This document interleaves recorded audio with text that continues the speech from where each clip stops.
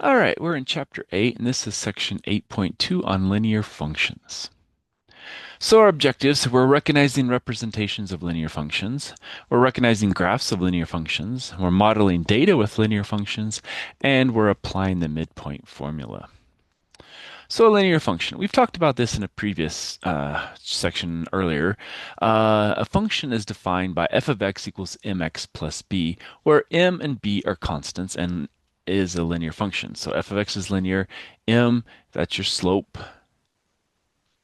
and b is your y-intercept. Okay. Now we're supposed to determine whether f is a linear function. If it is a linear function, find the values for the slope and the intercept so that f of x equals mx plus b. All right. Well, this one is just written in a funny way. We just don't have the slope first. So if we rewrite this as a minus 2x plus 6, m is negative 2, b is 6. And so it is a linear function. Now, this one, that squared piece, this makes this a quadratic function. So it's going to be of some sort, whether this or this, depending on what your A value is. And it's going to depend on up and down on what this value is. So this one is positive, so it's going to be a minimum value. So it's going to go down. It's going to be down to a negative 5. So that's going to be down here. So that's going to be a quadratic function. But we show that here m is negative 2 and b is 6, and so it is a linear function.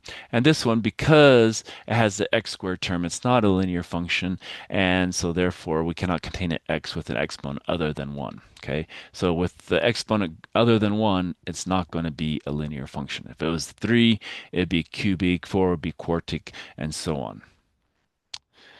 All right, here we're supposed to use the table of values to determine whether f of x could represent a linear function.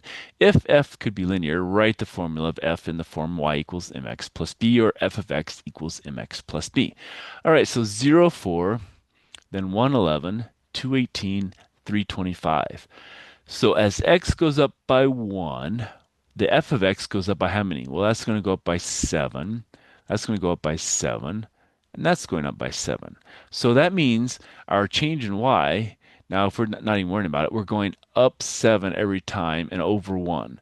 Up 7 over 1. So our slope is going to be what? A 7 over 1. So for each unit increase in x, f of x increases 7. So f of x is going to be linear with a equals 7.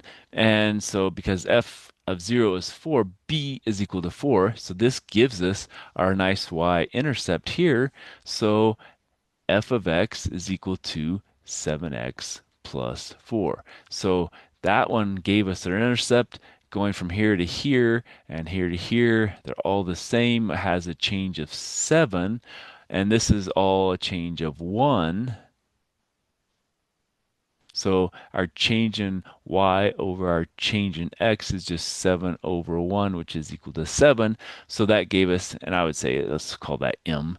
And so, and this is, and that's going to be a b, so that would work. So that gave us our slope f of x equals 7x plus 4. Here we want to sketch a graph of x minus 3. F of x equals f of x equals x minus 3. And then we're supposed to evaluate f of 4. All right. Well, remember, here slope is equal to 1. Their b is equal to a negative 3. So our point is 0, negative 3. So at 0, negative 3, we're going to have our intercept where it's going to hit the axis here, and then we're just going to go up 1 over 1, up 1 over 1, up 1 over 1, and so on. And so we can get a table if we want to and draw it. Or I would prefer, just plot that first point and then move up 1 over 1 and just plot points as we go up.